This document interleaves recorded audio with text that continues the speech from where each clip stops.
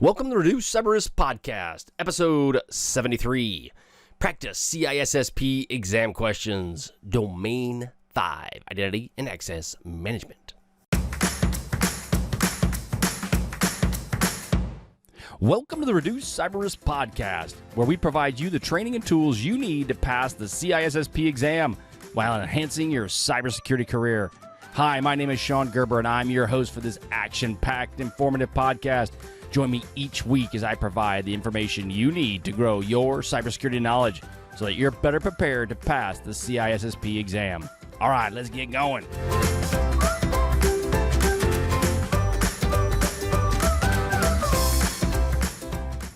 Good morning. Hope everybody's doing well this beautiful day. And it's a great day here in Kansas. I probably say that every time, but it is. It's a great day. Could be the alternative. I actually had a friend of mine pass away this past week, and he was only 71 years old, which means I'm probably really old, but he was only 71, and you know what? Life's too short, baby. Life's too short. Gotta enjoy life while you can, because it comes and it goes in a blink of an eye, and therefore that is why you need to study for your CISSP exam, right? You need to be able to do your CISSP so that you can move on to your next cybersecurity adventure.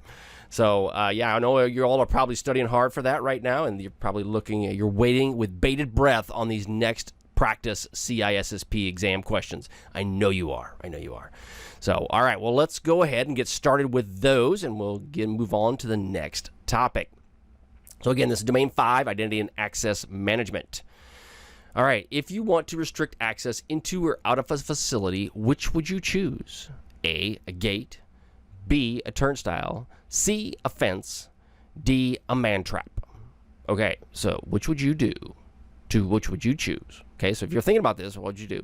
If you want to restrict access in and out of a facility, which would you choose? A gate, B, a turnstile, C, a fence, or D, a man trap? Okay, so the answer is B, a turnstile. Okay, is a form of gate that prevents more than one person from gaining entry at a time. And if you see people, they get stuck in those quite frequently. I know I do. I'm like, what the heck am I doing here? Yeah, you can't get in and out. So turnstiles are really good if you're trying to remove or restrict access into or out of a facility. And the other thing you need to think about when you're doing that, the comment they had from Brainscape was that it's able to restrict movement in one direction. It also used to gain entry but not exit, or vice versa. So yeah, if you've seen them, they're just those little finger things you roll into and you get stuck in the middle of them, and everybody gets kind of confused. But one thing I will say is when I've tried to get into various facilities around the world, those are tough. Those are really, really tough. Now, you can get into them.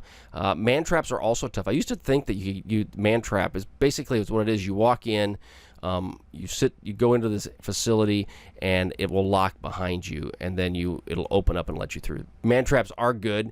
The interesting part, though, they usually have pressure sensors on the bottom of them, and you can fake those things out a little bit.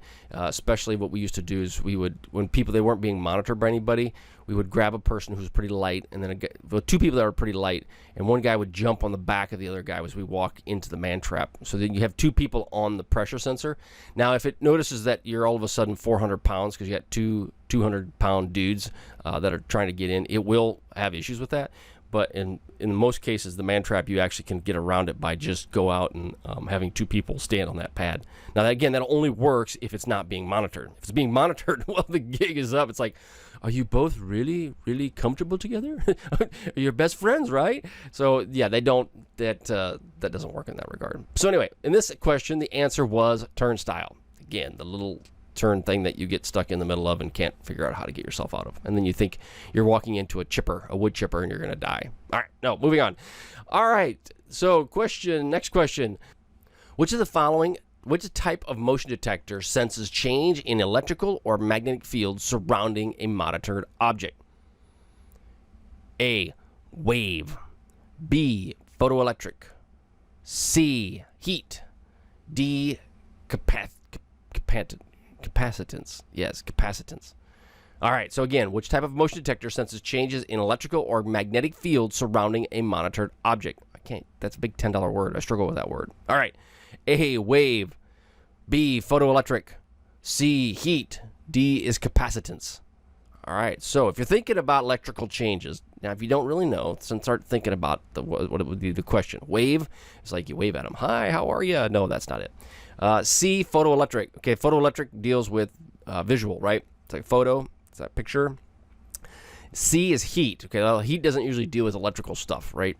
And then D, capacitance. Okay, capacitance is like a capacitor, which is an electrical piece of not equipment, but it's just like a circuit, right? So it's a capacitor. It's part of an electrical circuit board, integrated circuit board. That would be D. Capacitance is a motion detector that senses changes in electrical or magnetic fields surrounding a monitored object. That would be the next question. All right, next question. A process by which developers can understand security threats to a system, determine risks from those threats, and establish appropriate mitigations. All right, A, threat modeling. B, white box testing. C, path coverage. And D, negative testing. This one here comes from TechTarget. A process by which next question. A process by which developers can understand security threats to a system, determine risks from those threats, and establish appropriate mitigations. A, threat modeling. B, white box testing. C, path coverage. Or D, negative testing. The answer is A, threat modeling. Threat modeling is what they basically use for developers to model different threats and determine what is the level of risk that you could incorporate within your, in this case, would be an application if you had developers. But you basically would do a threat model. And you would think of, if I'm building a facility, let's say in Venezuela, what would be the largest threat against my business that I'm creating in Venezuela?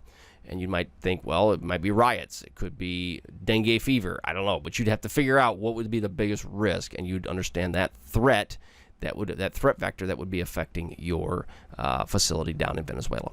All right, that is all of the CISSP exam questions I have for this week. I hope you have a wonderful week, and I hope you enjoy wherever you live, the wonderful weather that you're having. Hopefully you're not having anything coronavirus going on, but check out SeanGerber.com. That's S-H-O-N, Gerber, like the baby food.com.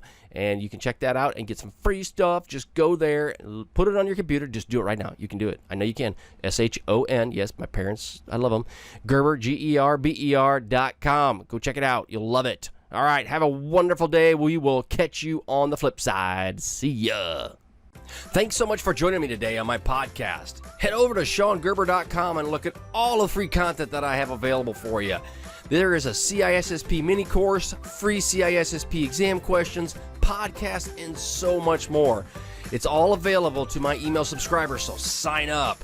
If you want my personalized CISSP training, purchase my training courses, and I'll be there to help you with your CISSP needs so you can pass the test the first time. Thanks so much for listening. We'll catch you on the flip side. See ya.